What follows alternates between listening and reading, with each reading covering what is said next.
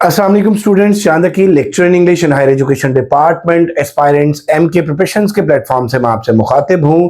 और जैसा कि आप लोग जानते हैं, आज SET senior elementary teacher English का पेपर कंडक्ट हुआ FPSC के थ्रू। और आज की इस वीडियो में हम डिस्कस करेंगे पेपर के वो क्वेश्चंस जो डिफरेंट स्टूडेंट्स ने हमें सेंड किए। बेटे सबसे पहले तो मैं आपको ये बताता चलूँ कि हमारा जो सोर्स होता है वो एस्पायरेंट्स होते हैं जो हमें क्वेश्चन सेंड, जिन्होंने हमारे प्लेटफॉर्म से तैयारी की होती है। और वो जैसे जैसे उन्हें क्वेश्चंस याद आते हैं, जैसे जैसे उन्हें स्टेटमेंट्स याद आती है, वो हमें सेंड करते हैं, तो हम उस पर वीडियो बना के अपलोड करते हैं। तो बहुत से स्टूडेंट्स जो है वो जैसे ही एग्जाम हॉल से निकलते हैं फौरन मैसेज करना शुरू कर देते हैं कि सर आज का क्वेश्चन पेपर सेंड कर दें, सर आज के पेपर की शेयर कर दें, सर आज का पेपर अपलोड कर दें। तो बेटा इस तरह से बिल्कुल नहीं होता। आप लोग जानते हैं कि सिवाय एक पब्लिक सर्विस कमीशन जो कि AJK Azad Jammu Kashmir public service commission है, जो सिर्फ बबल्स फिल कराते हैं और क्वेश्चन पेपर बाहर आना अलाउ होता है, इसके अलावा किसी भी पब्लिक सर्विस कमीशन का पेपर जो है वो स्टूडेंट्स को अलाउ नहीं होता। सो हमारा जो सोर्सेज है वो वही स्टूडेंट्स हैं। तो जैसे जैसे हमें पेपर मिलता है हम उसकी स्टेटमेंट्स को अपलोड करते हैं। तो बेटे अगर कोई भी स्टूडेंट उसे कोई ओरिजिनल स्टेटमेंट याद आए, कुछ इस पेपर में ऐड करना चाहे, कोई हमें इनबॉक्स में कोई चीज शेयर करना चाहे, तो वो शेयर कर सकता है।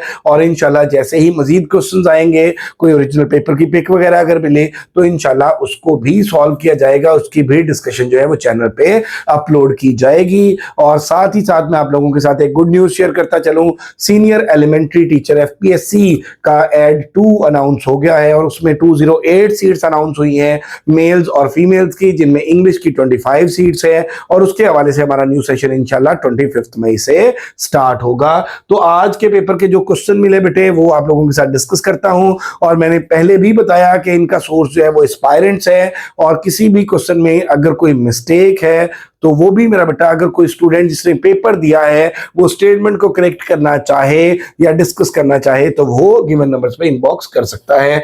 तो पेपर के मेरा बेटा पहले पैटर्न की बात कर लें। वही पैटर्न था लेक्चर वाला। इसमें 20 मार्क्स की जो है वो ग्रामर आई थी, और ग्रामर में करेक्ट यूज ऑफ वर्ब के क्वेश्चन थे, 1 से 2 फ्रेजेस एंड क्लॉजेस का। प्रेपोजिशनल फ्रेज के हवाले से एक क्वेश्चन पूछा गया था, प्रेपोजिशन के हवाले से एक क्वेश्चन पूछा गया था, एक्टिव पैसिव 2 आए थे, इसी तरह से डायरेक्ट इनडायरेक्ट थे, और सिनोनिम था, फिर 3 वर्ड्स थे जिनके उर्दू मीनिंग्स पूछे गए, और इसी तरह से इडियम्स और सेंटेंस करेक्शन थी। लिटरेचर की अगर हम बात कर लें तो जिस तरह से लेक्चर इंग्लिश के पेपर में लिटरेचर का पोर्शन जो है वो 10 मार्क्स का, 10 to 12 मार्क्स का आया था, तो इधर भी बेटे लिटरेचर में 10 मार्क्स का जो पोर्शन आया था, और उसमें एलिजी है, ब्लैंक वर्ड्स है, मेटाफिजिकल पोइट्री है, वोल्टा है, स्ट्रीम ऑफ कॉन्शियसनेस है, और इसमें ये इसको करेक्ट कर लें जरा, बिल्डिंग्स रोमन, ये यॉनरा है, नॉवल ऑफ फॉर्मेशन को बोलते हैं। इसके स्पेलिंग्स में यहाँ पे ये मेरा बेटा इसके स्पेलिंग्स, और ये इकट्ठा ही आएगा buildings Roman, novel of formation, novel of formation इसके हवाले से क्वेश्चन था। और इसी तरह से अगर हम बात कर लें तो इसमें आप ये देख लें कि ड्रामेटिक आयरनी का क्वेश्चन था। फिर लिंग्विस्टिक्स की बात कर लें तो लिंग्विस्टिक्स से जो है वो allophone, morpheme, code switching, pragmatics था, और डेरिवेशनल फिक्स था, और फ्लिपिंग ब्लेंडिंग का एक क्वेश्चन था। फिर सिंटेक्स में से 10 मार्क्स का पेपर आया था, ELT 10 मार्क्स का था, डिक्शन का 10 मार्क्स का था, और पेडागोजी का 30 मार्क्स का। Paper has been collected from candidates, errors and omissions are accepted. उसमें अब देख लें जी, पेपर की अगर हम बात कर लें तो ये पहला क्वेश्चन जो है ये पेडागोजी का क्वेश्चन है, और इसमें at the end of 10th grade education in Pakistan matriculation students are awarded, के बच्चा जैसे ही 10th ग्रेड कंप्लीट करता है तो उसे कौन सा सर्टिफिकेट जो है वो अवार्ड किया जाता है।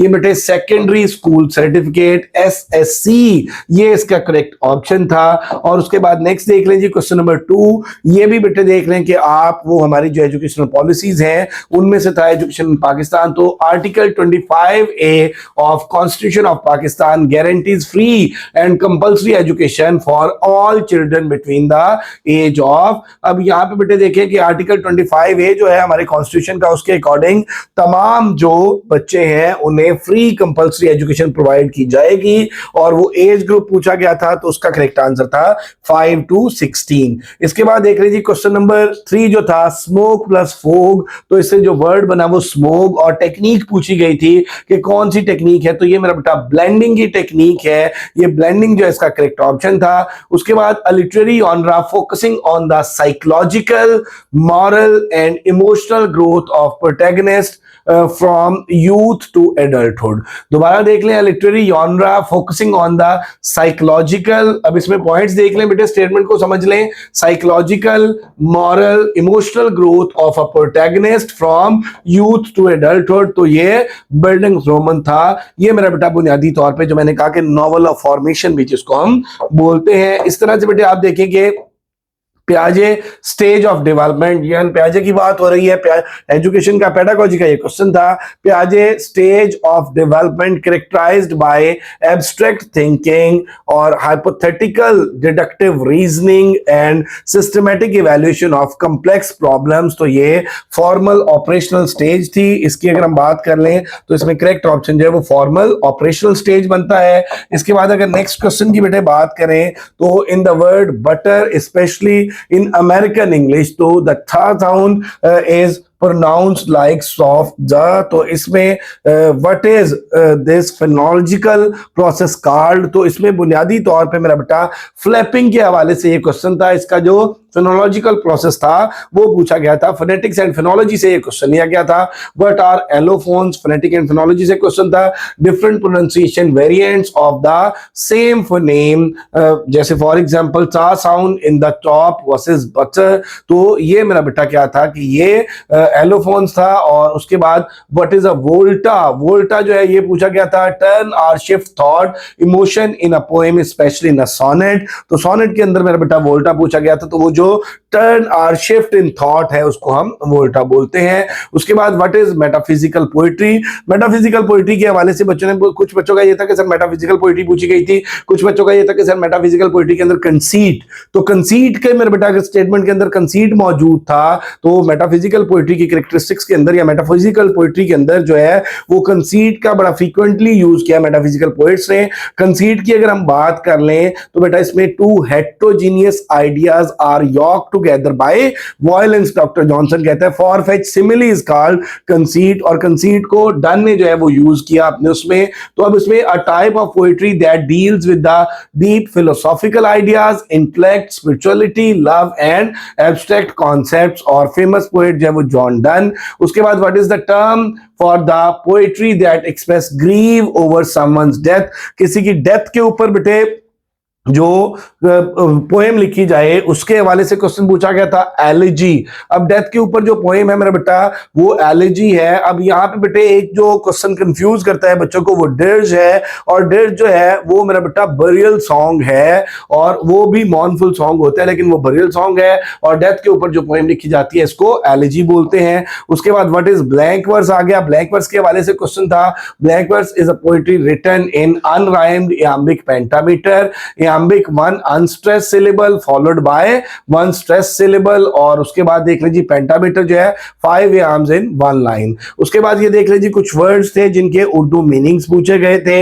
अब यहाँ पे जो वर्ड दिया गया था एंडोर्स, ठीक है, एंडोर्समेंट से किसी चीज की हमायत करना, किसी चीज को लागू करना, किसी चीज की तायीद करना, किसी चीज की मेरा बेटा आप जो है वो एंडोर्समेंट करना, किसी चीज को अप्रूव करना, किसी चीज का नफाज करना, ये सारे एंडोर्स के मीनिंग में आ जाते हैं। Give the Urdu meaning of the give the Urdu meaning definition of meticulous. Meticulous जो है वो वेरी केयरफुल के इंतहाई मोहतात के मीनिंग में आता है। बारीक बीनी से काम करने वाला जो है वो मेटिकुलस आ गया। उसके बाद आप देख लें जी कि अबेंडेंट, अब ये कॉमन वर्ड से बेटा मेटिकुलस की बात कर लें, इंडोर्स की बात कर लें, अबेंडेंट की बात कर लें। अगर आपने BS इंग्लिश किया हुआ है, अगर आपने मास्टर्स इन इंग्लिश किया हुआ है तो बेटा at least you must know the meanings of these words. और इसमें और ये सारे वर्ड्स जो है ये हमारी बुक की वोकैबुलरी के अंदर जो सिनोनिम्स एंटोनिम्स का चैप्टर था उसके अंदर मौजूद थे।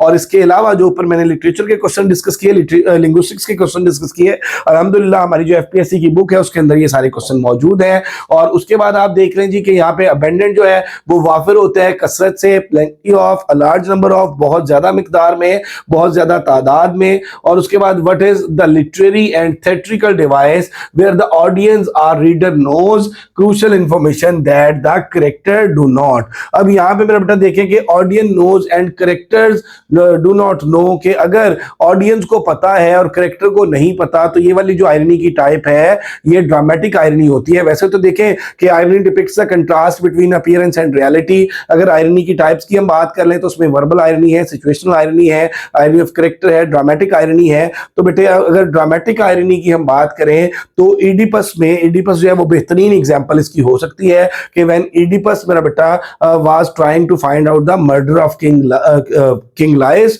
तो हम जो बीइंग ऑडियंस हमें पता है कि Oedipus himself was the murderer. तो ये मेरा बेटा ड्रामेटिक आयरनी होती है जब ऑडियंस को पता हो और करेक्टर को ना पता हो। तो ये क्वेश्चन थे कुछ जो अभी तक मिल सके हमें। फर्दर मेरा बेटा अगर जैसे ही हमें क्वेश्चन मिलेंगे इंशाल्लाह वो हम अपलोड करेंगे इस वीडियो के पार्ट्स, और अगर ओरिजिनल पेपर भी मिला तो वो भी जरूर अपलोड करेंगे। हमारा इंशाल्लाह न्यू सेशन जो है ईएसटी का सॉरी एसईटी का वो 25 मई से स्टार्ट होने जा रहा है। 2 मंथ्स का सेशन होगा, मुकम्मल प्रिपरेशन कराई जाएगी, उसके हवाले से मैं वीडियो अपलोड कर चुका हूं। बाकी बेटे अगर आप कोई भी क्वेश्चन शेयर करना चाहें तो आप इस नंबर पे व्हाट्सएप कर सकते हैं 0333260545। और अगर अभी तक आप लोगों ने हमारा यूट्यूब चैनल सब्सक्राइब नहीं किया तो जरूर सब्सक्राइब कर लें, बेल आइकॉन प्रेस करना ना भूलिएगा ताकि हमारी अपकमिंग वीडियोस के नोटिफिकेशन आपको मिलते रहें। Thank you very much, stay blessed, Allah Hafiz.